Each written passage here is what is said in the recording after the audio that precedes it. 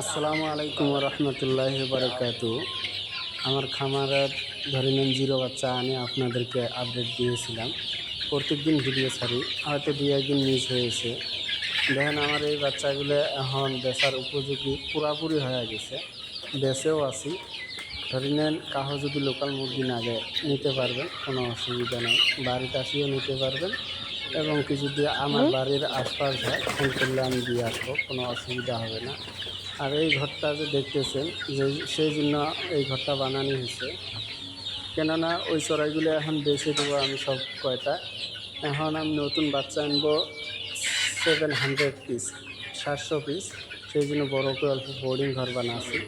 এই বোর্ডিংয়ের মধ্যে ধরে নেন বাচ্চা নিয়ে আসি ছাড়ি দিব।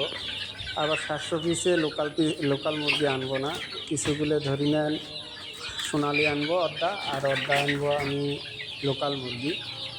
তো ইনশাল্লাহ বাচ্চা আনার পরও সেইগুলোর আপডেট পাওয়া যাবেন। আর বাচ্চা আনার পরও ভিডিও আপনাদেরকে দিমু, ইনশাল্লাহ আপনারা শেয়ার ফলো